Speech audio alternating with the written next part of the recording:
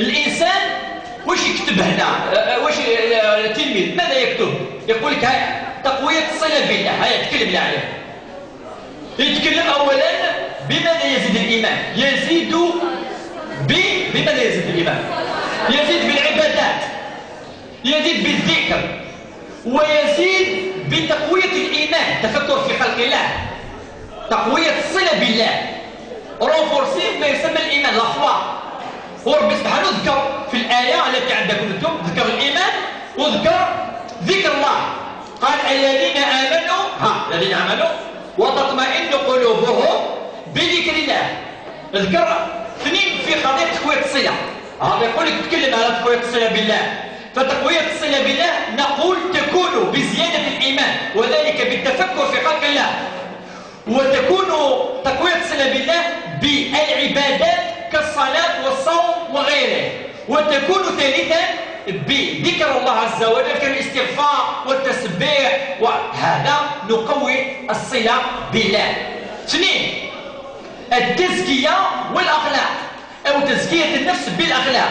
وهذا المعنى أن الإنسان يحاول كيف تكون فيه الأخلاق التي تجعله مطمئنا.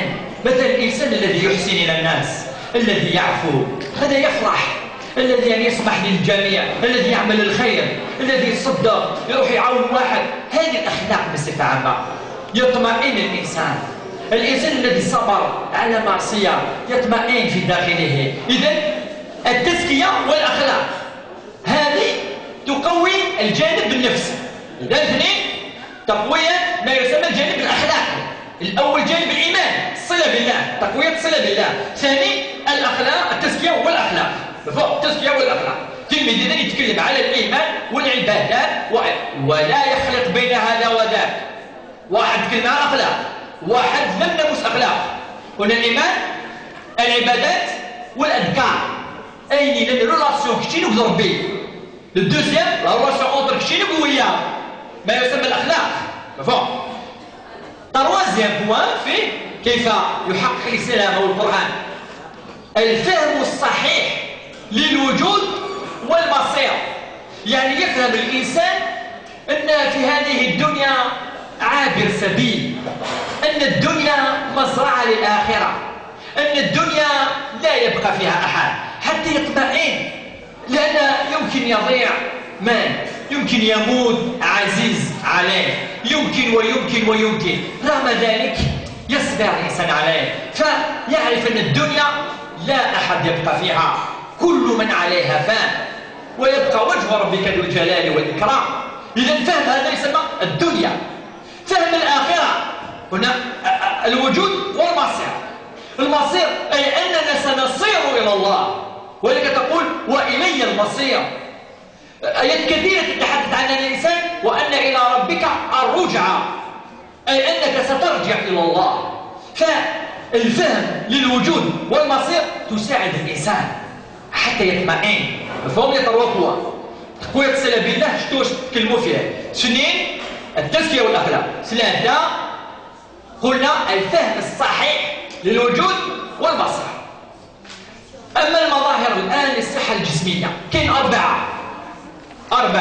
المظهر الأول الإعفاء عن بعض الفرائض، أي أن الله عفى. الإعفاء كيف مثل بطاقة الإعفاء، لكن شكشيني أعفيناك عن الخدمة الوطنية. إعفاء أي أن الله أعفى الإنسان عن بعض ما فرضه عليه. مثلا أعفى المريض عن الصيام في رمضان، هذا مثال. أعفى الإنسان عن الغسل والوضوء ويذهب للتيمم. كيف تسمى هذا؟ الرخص باختصار. داير في البكالوريا تستعمل كلمة رخص، اشفوا لها عليها. ولا جاء المظهر هذا الإعفاء كلمة مهمة كلي فيها رخص الإسلام على المريض كذا، رخص على الذي يصلي واقفا أن يجلس، رخص حتى سمى العلماء هذا الجانب الرخص. رخص على الحامل أن لا تصوم، رخص للمسافر أن لا يصلي 4 ركعات ظهرا وعصرا وعشاء بركعتين وزيد. مفهوم هذا الإعفاء عن بعض الفرائض. اثنين شو بقى الحين مش الجزء الثاني نعصر ثاني لا مش هو لا قبل الأمراض، الوقاية من الأمراض. هنا في الآيات واش الوقاية؟ شوف مليح، الوقاية من الأمراض كاين على عقل ثلاثة الأمور ذكرها ربي سبحانه. عدم الاقتراب إلى المحرمات، ذكر ما يسمى بلحم الخنزير، وذكر ما يسمى بالميتة والدم، هذا الوقاية من الأمراض. إذن عن كيفاش تشرح أنت؟ تقول عدم الاقتراب إلى ما حرمه الله. اثنين، عدم الاقتراب بالفواحش كالزنا لأن فيها أمراض خاطئة وكذا. اثنين. ثلاثة، حرم الاقتراب إلى المرأة في عادة الشهرية وهي موجودة في الآية، ويسألونك عن المحيض قل هو أذى فاعتزلوا النساء في الطهر، هذا يطهر. رابعة، أوجب الطهارة. رابعة، دونك ما يقولش تلميذ واش يكتب هنا، ماذا يكتب؟ الوقاية من الأمراض، أربع أمور. أولا عدم الاقتراب بالمحرمات.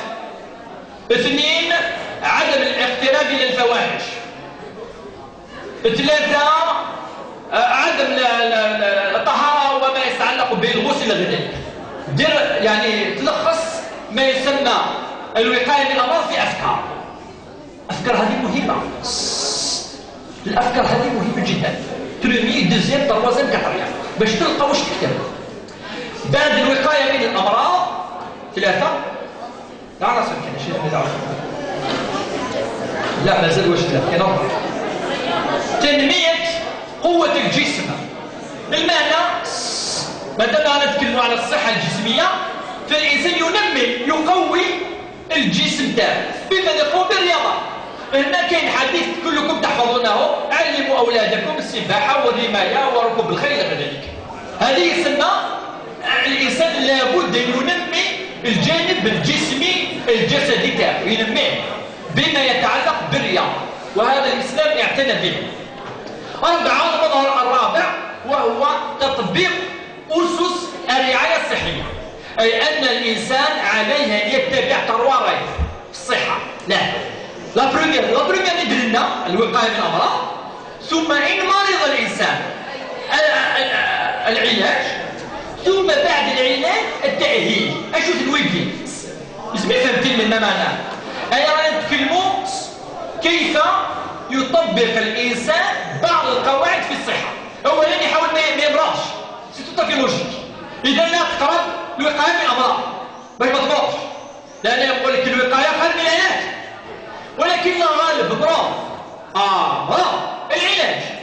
وهنا يأتي التلميذ بالحديث تداووا ما أنزل الله من داء إلا أنزل عليه الدواء. تداووا حدا آخر ولا تداووا بحرام. فالإسلام قال لابد من تداوي. اثنين، العلاج. إذا الوقاية، العلاج، التأهيل سي لا ريديكاسيون. تبقى شوية، ما توليش الخدمة مثلا، تبقى بعض الأيام، ما تروحش مباشرة للماء، تيمم، ما تروحش للمسجد، تبقى في الدار. هذا يسمى التأهيل، سي لا ريديكاسيون أون فرونسي. ثلاثة هذو يدخلوا في العنصر الرابع. العنصر الرابع من المظاهر وهو تطبيق أسس الرعاية الصحية. مفهوم؟ تطبيق أسس الرعاية الصحية. إذا كان أربعة، أولا الإعفاء عن بعض الفرائض. اثنين، الوقاية من الأمراض. ثلاثة، تنمية وتقوية الجسم. أربعة، تطبيق أسس الرعاية الصحية. سامي هذو عاد يبدوهم في البكالوريا، عدة مرات بدوهم. الآن من حيث الآيات هذه، كل الآيات يتحدثت على القلب والشفاء والإطمئنان والقرآن ذكر، كلها صحة نفسية. الآيات تكلمت على الدم، آيات على المحرمات، على الطهارة، على الفواحش، على هذه كلها صحة جسمية. مفهوم؟ حاجة يتكلم على الاطمئنان والصبر والشفاء والقرآن والاطمئنان والذكر الله، هذه صحة نفسية. الآية تكلمت على عدم الاقتراب إلى فواحش، عدم الاقتراب إلى الزنا، عدم الاقتراب إلى الدم والطهارة والتيمم، وهذه صحة جسمية. نروح الدرس الرابع وهو القيم. قيم تقريبا كل سنة يبدو قيمة أو قيمتين، وهي في هذا الدرس 4 أنواع من القيم. أولا القيمة هو المبدأ، هو الخلق، هو الأخلاق والمبادئ. يقول ما معنى القيم؟ هي المبادئ والأخلاق. تعريف تاعها كاين 4 أنواع: الفردية، الأسرية، الاجتماعية والسياسية. في الفردية كاين 4، في الأسرية كاين 3، في الاجتماعية كاين 3، في السياسية كاين 3.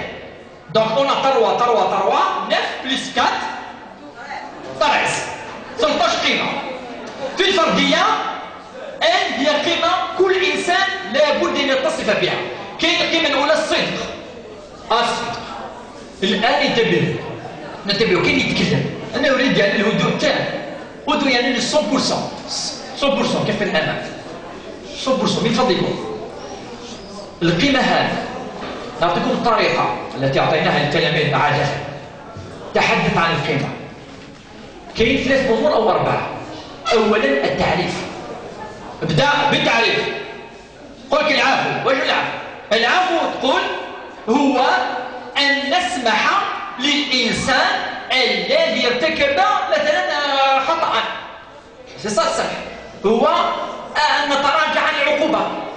طيب واحد ضربك كذا قل كيفاش سمحت له؟ اسمح. هذا هو العفو، هو ترك العقوبة لمن يستحقها. يزيد تعرف القيمة. هذه وحدة. 2 تأتي بما جاء به القرآن في القيمة. هاي الصعب. تفكر حفظت انت شروط العصر والعصر إن الإنسان لا في خسر إلا الذين آمنوا وعملوا الصالحات وتواصوا بالحق وتواصوا بالصبر. تعرف الآية؟ جيب الآية. أي تأتي ما جاء فيه القرآن. اللي يحفظ آية ولو صغيرة تذكر ما تجيبها. 3 تحدث دائما. أنت كنت تحدث عن هذا القيمة. تأتي حديث. تعرف حديث جيبه. ما تعرفش الحديث نقول كيفاش ندير. لم يكن الرسول صلى الله عليه وسلم يتصف ب 13 صفة، بل يتصف. تقدر تقول انت يا الرسول لم يكن يصدق، بل هو الصادق الامين. تقول لا يعفو، بل عفى عن قريش يوم فتح مكة وعفى عنهم قبل، وعفى حتى المنافقين، وعفى عن اليهود والى غيره. العفو تأتي مستحيل لا تجد مثال في حياة الرسول من المستحيلات. تذهب إلى الإحسان. ألم يحسن إلى جاره؟ ألم يحسن الحيوان؟ ألم يحسن إلى الناس جميعا؟ ألم يحسن المنافقين؟ ألم أحسن للجميع؟ 3 تروح إلى كيف؟ إلى العفو، الصدق، الصبر. ألم يصبر على قريش مدة يعني 13 سنة وكان الصعب يجوا عنده كل شيء قتلوا واحد. قل صبرا فإن موعدكم الجنة. صبر. يصبروا في الأنبياء صبروا حتى نزل العربي عليه اصبر كما صبر أولي العزم من الرسل. الصبر كان يصبر مع قريش. تروح إلى القيم الأسرية. هذا تكون استشهادات في الطريق بورفو. يعني كل قيمة يقدر التلميذ يلقى شيء في حياة الرسول. النقل المعاشرة بالمعروف ومعاشرة المرأة، يعني لا نتكلم على الزوجة. لم يرفع يده يوما على زوجته ولو مرة. إذا كان لم يلعن ولم يسب يوما ما زوجته أبدا. هذه إذا حياة الرسول. فإذا ذهبنا إلى المعاشرة وجدنا نحو السياسة، قيم سياسية، وهي العدل والشورى والطاعة. ألم يكن الرسول صلى الله عليه وسلم يشاور حتى الجميع، حتى النساء كان يشاورهن، فقد شاورهن في عدة أمور مصيرية. أما الصحابة دائما كانوا يشاوروه، لا يفعل شيء إلا إذا شاوره. إذا أعيد التلميذ علامة في القيم سكي امبورطون أن يعرف القيم. يقول يعرف الصبر. الصبر هو أن يمسك الإنسان نفسه وشهوته. يمسك الصبر تمسكها تستقضي مالك المكافح. تروح إلى قضية الإحسان هو أن تتقن أي عمل تقوم به. مثلا ندير العبادة لله، هذا هو الإتقان لله. تصدق شيء تعطي أفضل ما عندك. يمكن أن تصدق وهذه تصدق، ولكن ربي سبحانه يشوف من تصدق بما يحب. هذا إتقان هذا يسمى الإحسان. أحسن هو هذا تكرهه تذهب إليه وتكرمه. إحسان إتقان لا ينظر إلى هذه القلوب والأمراض النفسية. إحسان الكمال. ولكن الإحسان لما سئل الرسول في حديث جبريل ما هو الإسلام؟ قال أن تشهد لا إله إلا الله وتقيم الصلاة وتؤتي الزكاة. ما هو الإيمان؟ تؤمن بالله والملائكة والكتب. وما هو الإحسان؟ قال الإحسان أعلى بعد، قال أن تعبد الله كأنك تراه فإن لم تكن تراه فإنه يراك. هو يقول الإحسان كأنما هذا اللي دير راك تشوفوه هو راه يشوفك. إذا مستحيل تستخسر شوية هكا، مستحيل راح تضرب فوق راسك وانت راك تشوفوه هو يشوفك. إذا لابد من تعريف القيمة، لابد من ذكر ما جاء في القرآن، لابد من ذكر قبس من حياة الرسول. ثم كطريقة بزاف في القيمة الأثر. القيمة هذه ما هو أثرها؟ ماذا تستفيد؟ ماذا استفدنا منها؟ نستفيد من الصدق مثلا أن يحبك الناس ويثقون بك في الصدق. تستفيد من الصبر أن الله يجازيك، أثر نفسي. تستفيد من الشورى أن تستخرج الرأي الصائب، أن تصل إلى الحقيقة. تستفيد من الشورى أن يلتزم الناس مع الحاكم، تقوي الروابط بين الحاكم والمحكوم. الأثر في العفو يجعل الإنسان مطمئنا. الثاني يجازيها الله عز وجل طريقا لكي يدخله الله عز وجل الجنة. الأثر، إذا الأثر يمكن يكون نفسي، اجتماعي، أسري، سياسي. إذا كانت قيم سياسية تخرجها سياسية. مثلا تقول العدل يجعل الدولة قوية، يجعل المجتمع كذلك قويا، ويذهب ما يسمى بالشحناء إلى غير ذلك. فحسب النوع، الآثار حسب النوع، ما يلزمش نخلطوا. القيم الفردية كاين آثار خاصة بها، قيم أسرية آثار خاصة بها في داخل الأسرة، قيم اجتماعية يجعل المجتمع قويا، روابط وينشر الأخوة بين الناس. فالأثر حسب القيمة. إذا التلميذ الآن واش درت له في الحقيقة كي تشوف هكذا؟ راني قلت له كيفاش دير ما يسمى بالتعبير عن القيمة. يقول واش دير في التعبير؟ أنت تعرف أي قيمة تجي لازم تكتب حتى الصفحة. جيبها لي بلي لوا ماشي نصف صفحة، صفحة. خليك دو لين طروا. القيم هذو يلزم على الأقل صفحة. كما قلت تعريف القرآن، الأحاديث، السيرة، الآثار في بعض الأحيان كان فضيكم في الأثر سياسية قال لك يلزم نلقاو التلميذ ذكر 3 أثر.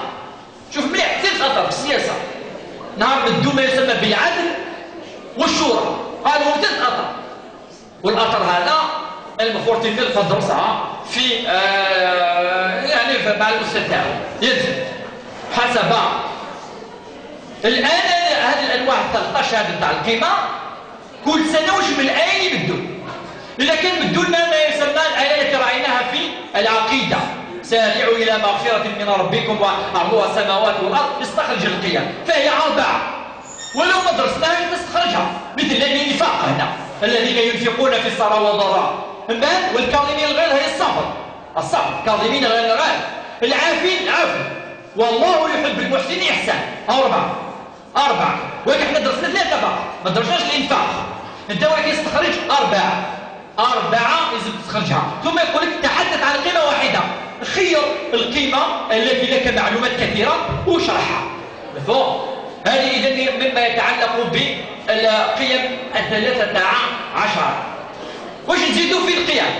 ننتبه في بعض الحكايات ما يسمى أنواع كما الصبر، اذكرها.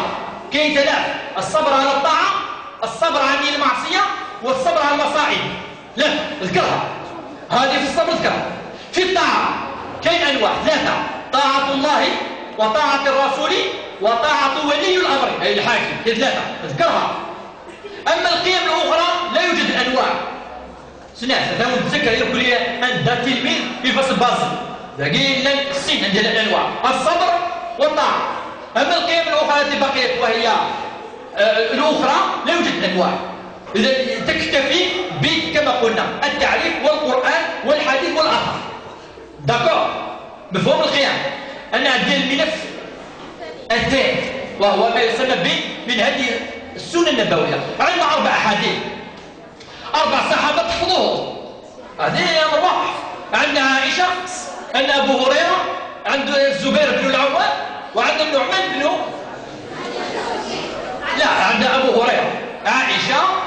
عندنا الزبير بن العوام.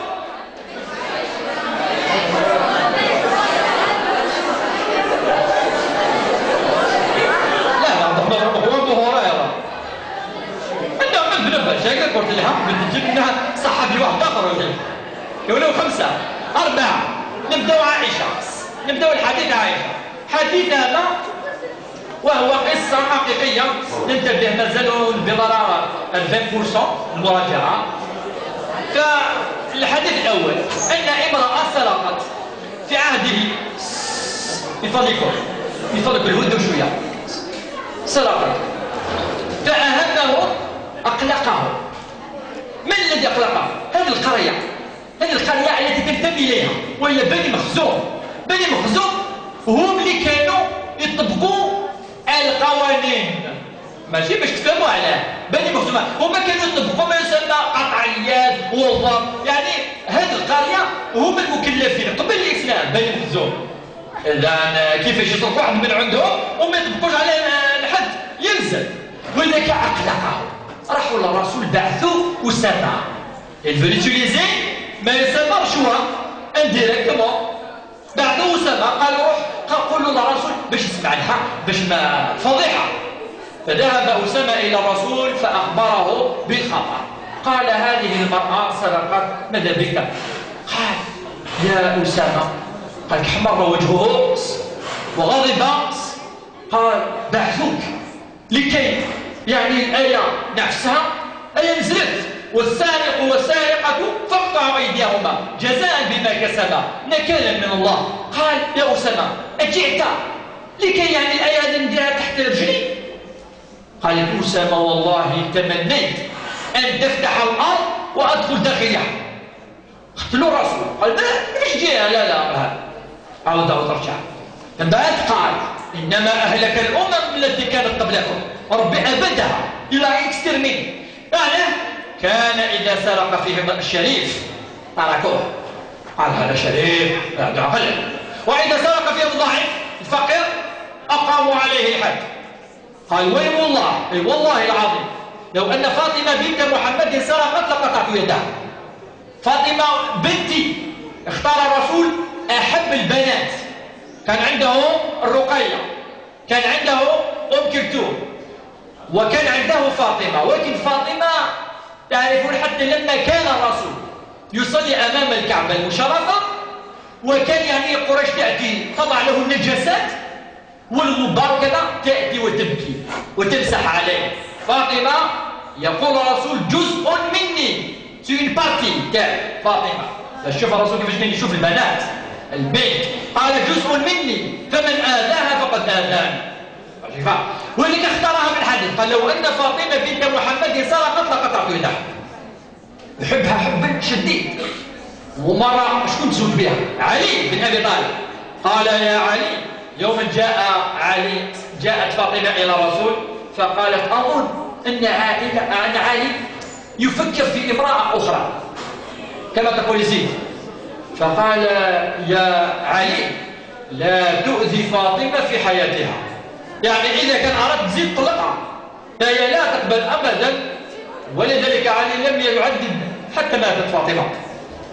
المهم نعود إلى الحديث.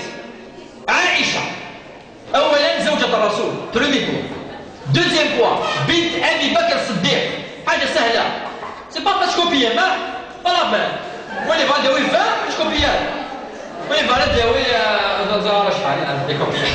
ف 2 بنت أبي بكر الصديق. 3 هي أعلم الصحابة، من أعلم الصحابة، هي روت من الرواة الحديث بليس دو 2000 حديث، 2210 2210 حديث.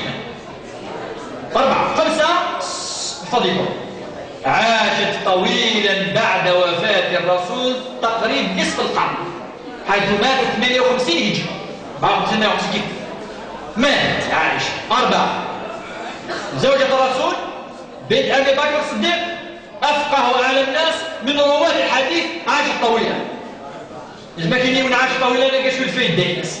إيش الفايدة؟ المعنيس كانت المرجع يرجعون إليها. يا عائشة كيفاش كان الرسول، كيفاش كان يدير، كيف المرجع بعد وفاة الرسول، سي لا ريفيرونس الى المعنى كيف قلتوا عاشا طويلا. هذا الحديث واش عندنا فيه؟ عندنا بعض التعاريف واعطوها في البكالوريا. عارف الشفاعه في الحدود. الحدود نعاود نوليو ان شاء الله ولا وصلنا لها. الحد هو عقوبه مقدره، وهنا وقع اليد. الحد وقع اليد. اذا هنا الشفاعه في الحد يعني لا نطبق الحد. اذا هو التوسط لدى القاضي لاسقاط العقوبه. نروحوا نديروا الانترميديار، نبعثوا واحد يعرف القاضي لكي يسقط ما يسمى بالعقوبه. هذا الشفاعه في الحدود حرام. يقول الدليل ان الله يأمر بالعدل. كل واحد يدير حاجه يخلصها الا ان كان العدل في غير الحدود. اذا ان الله يأمر بالعدل. في حديث تستخرج جزءا من الحديث، مثلا لو ان فاطمه بنت لا قطعت يدها، هذا دليل نحوه من الحديث. لأن يقول لك ما هو الدليل على ان الشفاعه في الحدود حرام؟ من حيث القرآن تأتي بالآيات إن الله يأمر بالعدل. من حيث الحديث تأتي إن الرسول قال لو أن فاطمة بنت لا قطعت يدها، ما كانش شفاعة. مفهوم؟ من بعد النحو في آثار السلبية في الشفاعة في الحدود. يعني وش يجيب كي تشفع في الحدود؟ انتشار مجرمين. انتشار مجرمين هذا واحدة. انتشار معهم الجرائم لا يخف أحد من شيء. ثلاثة سقوط هيبة الدولة. الدولة التي لا تطبق القوانين تاعها، هذه لا ماشي الدولة هذه. تفكك المجتمع. لماذا؟ لأن الناس ولاو يعني يتقتلوا بيناتهم، ما كاش العدالة وما لا يوجد تطبيق العقوبات ولا. هذه تسمى آثار السلبية في الشفاعة في الحدود. يمكن يعطون كذلك المساواة. ما معنى المساواة؟ أمام أحكام الشريعة الإسلامية كما في يعني الموضوع جزمنا المساواة أمام أحكام الشريعة الإسلامية. تقول المساواة هو تطبيق الحدود والعقوبات والحقوق والواجبات على الجميع دون التفريق بين الغني والفقير. أي نسوي مساواة نطبقوا عليهم كل، ما كاش الفرق بيناتهم. هذا هو تعريف المساواة أمام أحكام الشريعة الإسلامية. يمكن يقولوا لك الآن ما هو عكس العنصر الذي رأيناه، آثار السلبية. الآن يقول لك عنصر الرجال آثار مساواة في على المجتمع. هذا مع العنصر الآخر سي دي كونتراديكسيون. كي يمدوا الشفاعة في الشفاعة ما يمدوش المساواة، لأن سي لانفيرس.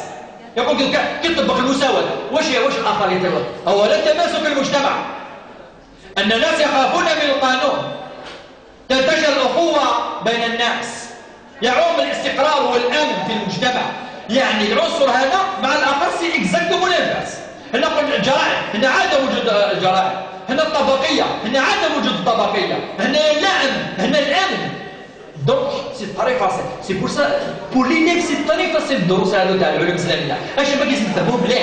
خاطر هذا مع هذا، هذيك مع الآخر كذا. سي طري كي تشوف طريقة سهل. واش العنصر الآخر تتبعي على العناصر هذا ما كان. الآن يستخرج الفوائد من الحديث. أولا واحد الأول وهو وجوب المساواة أمام أحكام الشريعة الإسلامية. وجوب. اثنين تحريم الشفاعة في الحدود. ثلاثة حد السرقة قطع اليد. أربعة هلاك الأمم بسبب التفرقة بين الناس. خمسة فاطمة من أحب أولاد وأبنات لرسول. تقول هذا ما عندك علاقة. أنا ما أقول لك أن الفوائد لها علاقة بالموضوع. الفوائد لها علاقة